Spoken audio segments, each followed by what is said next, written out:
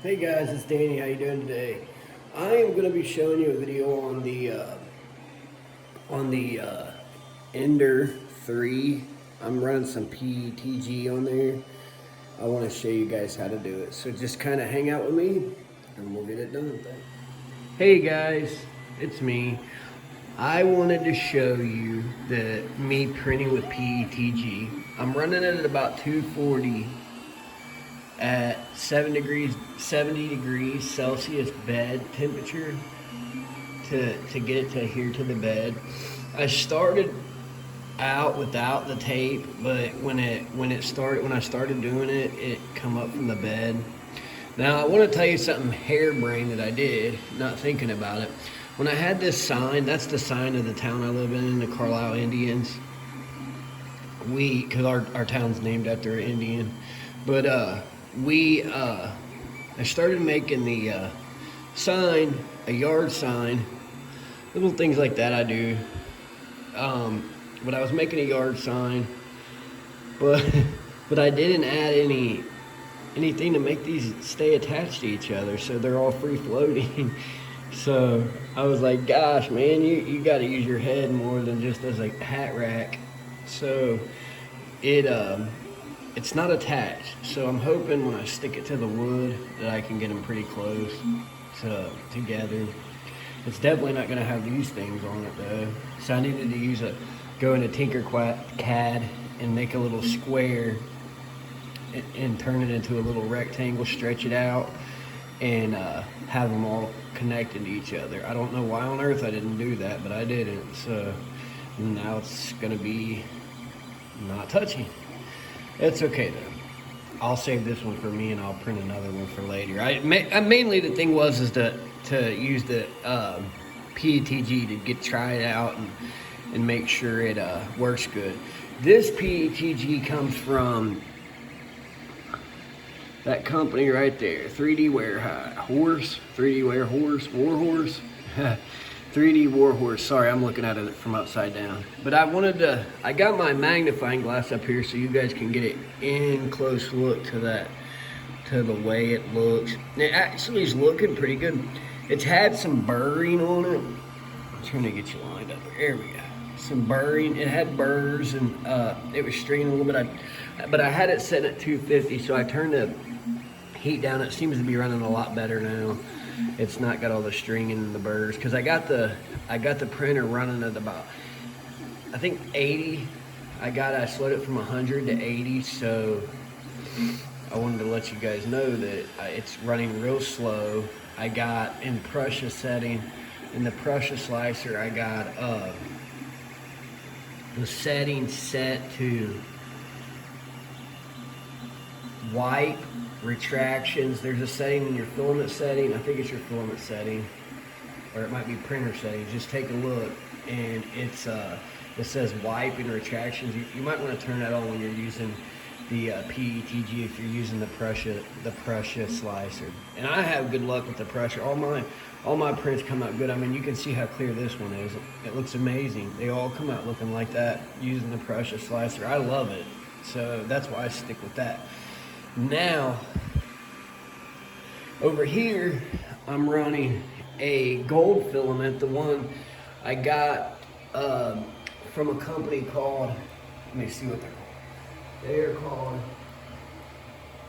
Amolen. I think that's how you say it. It's Amolen. And they make like gold shiny filament. I'm running that gold shiny filament. I'm just making a coffee cup just to check it out and see how it works. I might make a few little keychains, the Bigfoot Sasquatch keychains that I always make, and it looks good. But yeah, so it's got a lot of stringing, but it's jumping from back forth place to place. So I mean, I guess I could have turned it, but I got it already printing slow. I probably should have did something in the print settings. That's okay, I'll fix it for next time. But yeah, that's how that gold looks. It's really cool looking. Now over here, back to the Petg. It is a good printing material. I want to get the Swiss hot end, the metal hot end or the steel hot end. I don't remember which one it is, but it's got the that way you can run everything at higher temperatures. I fully believe it. You can. You know what? I tell you what. I've been racking my brain, like sitting there thinking about being able to do metal on our printers. The main thing about that is this is what heats up all of the hot air. So you got to be able to have enough heat to melt the metal coming through there. So you'd have to have more power or an extra motor going through to make it hotter. I was thinking, could you add another stepper motor on just to heat up that hot end, or add another motor to it somewhere just to heat it up enough that. But see, then you would have to have a new hot end that could run a metal, that could run a. You would have to be able to withstand a lot of heat. So that's why that's the good thing. The higher temperatures we can print at, the better quality stuff we're gonna get, because we can use stronger materials. PLA is not very strong. I made my son a helicopter, and when I went to pull the little thing to shoot the helicopter top off, the whole tail broke with the PLA. So it's not very strong. So I want to get print with this Petg and get good at it, and I would like to use something like that. The PLA is good for like when you're making pretty things, but if you want it as practical, you need ABS or Petg or PLA plus, or and then you got the TPUs and stuff like that for as a flexible. My cord's getting wrapped up in between the stepper motor and that. But yes, so I just wanted to check in, let you guys see how that works, and let you guys see that, with working on these machines and tuning them in, even if something's not perfect, it's still going to look decent. And there is burrs in there. I mean, I'm looking at them right now. I can see burrs. Let's see if I can zoom in and show you guys the burrs. It's actually right where that. You see that right there? That's where it burned it at 250. So that's why I had to turn it down a little bit. So, but it does. It looks good. So I'm gonna go ahead and keep printing with this. See how he finishes.